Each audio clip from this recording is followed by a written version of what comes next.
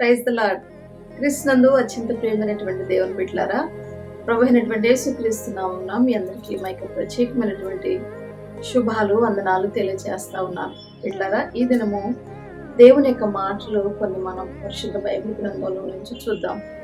దేవునికి ఎవరెవరు మొరపెట్టారో వారి ప్రార్థనలు దేవుడు ఎలా విన్నాడు, ఎలా ఆలకించాడు, వారి జీవితాలలో ఎలాంటి కార్యాలు చేస్తూ వచ్చాడో ఈ విషయాలు మనం కొన్ని దినాల నుంచి ధ్యానం చేస్తూ ఉన్నాం. బిడ్డలారా, ఇర్మియా గ్రంథం 33వ అధ్యాయం 3వ వచనంలోనే నాకు మొరపెట్టుము, నేను నీకు ఉత్తరం ఇచ్చేదను, నువ్వు గ్రహింపలేనటువంటి సంగతులు, గూఢమైనటువంటి సంగతులు నేను నీకు తెలియజేస్తానని చెప్పి ఆయన యొక్క వాక్యం మనతో మాటిస్తూ ఉంటుంది. బిడ్డలారా, అదే రీతిగా ఈరోజు యాకోబు రాసినటువంటి పత్రిక 5వ అధ్యాయము 4వ వచనంలోనే మనం గమనించినట్లయితే, ఇదిగో మీ చేను కోసినటువంటి పని వారికి ఇయ్యక మీరు మోసముగా బిగబట్టినటువంటి కూలి మొరపెట్టుచున్నది.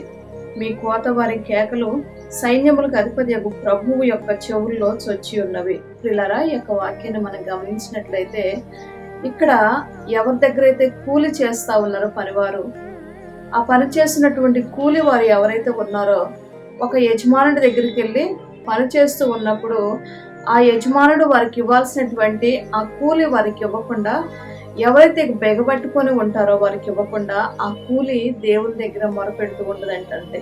పిల్లలు చూడండి, ఎంత భయంకరమైనటువంటి విషయాన్ని మనం గమనిస్తూ ఉన్నామో.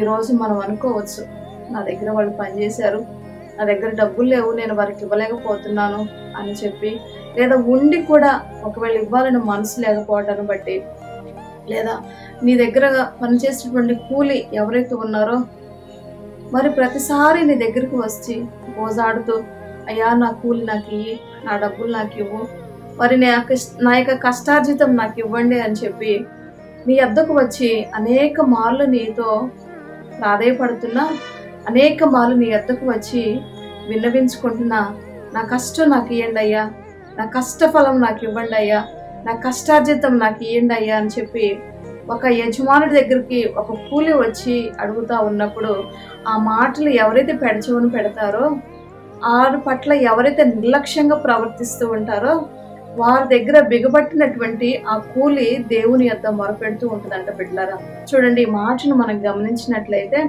ఎవరైతే నీ పొలం దగ్గరికి వచ్చి కోత కోసారో, ఎవరైతే నువ్వు ఒక యజమానుడిగా ఉంటూ నీ యొద్దకు వచ్చి వారు పనిచేశారో, ఎవరైతే నువ్వు ఒక బాస్గా ఉంటూ ఏదైతే నువ్వు మెయింటైన్ చేస్తున్నావో, నువ్వు చేసే ఉద్యోగమైనా వ్యాపారమైనా ఏదైనా సరే, నువ్వు చేసే దానిలో నీకు ఇవ్వాల్సినటువంటి డబ్బులు నువ్వు వేరే వారికి ఇవ్వాల్సినటువంటి వారి కష్టము వారికి ఇవ్వకుండా నువ్వు ఏదైతే బిగబట్టి ఉన్నావో, వారు ఏదైతే మాట్లాడుతూ ఉన్నారో, వారు ఏదైతే ప్రాధాయపడుతూ ఉన్నారో, వారు నీ వద్దకు వచ్చి ఏదైతే విన్నవించుకుంటూ ఉన్నారో, వారు మాట్లాడే ప్రతి మాట కూడా ఆ ప్రభు వారి యొక్క చెవుల్లో చొచ్చుకుంటూ ఉన్నదంట. బిడ్డలారా, చూడండి, ఈరోజు చాలా మంది ఈ యొక్క వాక్యాన్ని, ఇందులో ఉన్నటువంటి లోతైనటువంటి సత్యాన్ని గ్రహించలేని వారుగా ఉంటూ వారి దగ్గర పనిచేసేటువంటి వారిని నిర్లక్ష్యం చేస్తూ, వారిని బాధ పెడుతూ, వారిని దుఃఖపరుచు, మరి వారిని ఇబ్బందులు పాలు చేస్తూ, వారిని ఎన్నో రీతిలుగా అవమానాలకు గురి చేస్తూ, వారి కూలి వారికి ఇవ్వకుండా, వారి డబ్బు వారికి ఇవ్వకుండా, వారి జీతం వారికి ఇవ్వకుండా, వారికి ఇవ్వాల్సింది మరి డబ్బులు వారికి ఇవ్వకుండా ఎన్నో రీతిలుగా వారిని ఇబ్బంది పెట్టేవారు ఈరోజు చాలా మంది ఉంటున్నారు. బిడ్డలారా, గమనించండి, అది నీ కుటుంబానికి శ్రేయస్కరం కాదు, అది నీ బిడ్డలకు శ్రేయస్కరం కాదు, అది నీకు ఎంత మాత్రం కూడా శ్రేయస్కరం కాదు. బిడ్డలారా, అది నువ్వు బిగబట్టావు, నీకు ఇవ్వాలని మనసు ఉండట్లేదు. ఆ యొక్క కూలి దేవునికి మొరపెడుతూ ఉందంట. ఆ యొక్క కూలి దేవుని యొక్క చెవులలో మారుమ్రోగుతూ ఉన్నదంట. బిడ్డలారా, అది నీ కుటుంబానికి ఎంతో ఒక తీరినటువంటి నష్టాన్ని కలగచేస్తూ ఉంటుంది. బిడ్డలారా, గమనించండి, ఈరోజు ఎవరైతే ఈ మాటలు వింటూ ఉన్నారో, బిడ్డలారా, మీరు ఎక్కడుండి ఈ మాటలు వింటున్నారో, ఒకవేళ నీవు పనిచేసినటువంటి దగ్గర నీకు రావాల్సినటువంటి డబ్బులు ఎవరైతే ఇవ్వకుండా బిగబట్టి ఉన్నారో, నీ జీతం నీకు ఇవ్వకుండా ఎవరైతే బిగబట్టుకుని ఉన్నారో, నీ కూలి నీకు ఇవ్వకుండా ఎవరైతే బిగబట్టుకుని ఉన్నారో, నీకు రావాల్సినటువంటి ధనము నీకు ఇవ్వకుండా ఎవరైతే వారి దగ్గర ఉంచుకొని నిన్ను ఇబ్బందులు పాలు చేస్తున్నారో, మరి నిన్ను ఎవరైతే ఏడిపిస్తూ ఉన్నారో, నిన్ను బాధకు ఎవరైతే గురి చేస్తా ఉన్నారో, నీ పక్షాన ఆయన న్యాయం చేయవాడై ఉన్నాడు. బిడ్డలారా, నీ పక్షాన ఆయన కార్యం చేయవాడై ఉన్నాడు బిడ్డలారా. నువ్వు పెట్టే మొర, నువ్వు కార్చే కన్నీరు, నువ్వు చేసేటువంటి ప్రార్థన, నువ్వు చేసేటువంటి విజ్ఞాపన, నీ మనసులో ఉన్నటువంటి బాధ, నువ్వు పెడుతున్నటువంటి మొర అంతా కూడా దేవుడు చూస్తున్నాడు, అంతా కూడా దేవుడు వింటున్నాడు.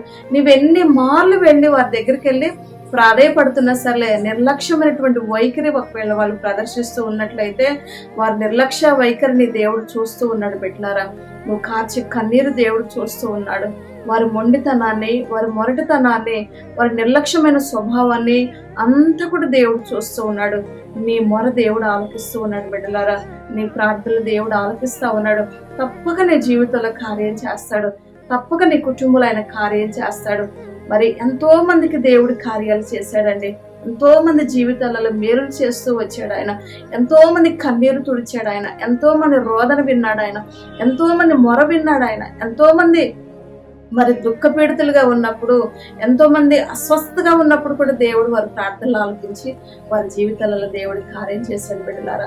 పిల్లరా, ఈ రోజు ఒకవేళ నువ్వు ఎక్కడుండి మాటలు వింటున్నావో, గుండె బరువెక్కినటువంటి మనసుతో ఉండి మాటలు వింటూ ఉన్నావేమో, మరి అసమాధానంతో ఉండి మాటలు వింటూ ఉన్నావేమో, మరి దేవుని మీద అపనమ్మకంతో ఉండి వింటూ ఉన్నావేమో, ఒకవేళ నిరీక్షణ కోల్పోయిన దానిగా ఉంటూ ఈ మాటలు వింటూ ఉన్నావేమో, జీవితంలో విసిగి వేసారిపోయినటువంటి వ్యక్తిగా ఉంటూ ఉన్నావేమో, ఒకవేళ నీ సమస్యలు ఎవరికి చెప్పుకోవాలో అర్థం కానటువంటి పరిస్థితుల్లో ఉన్నావేమో బిడ్డలారా.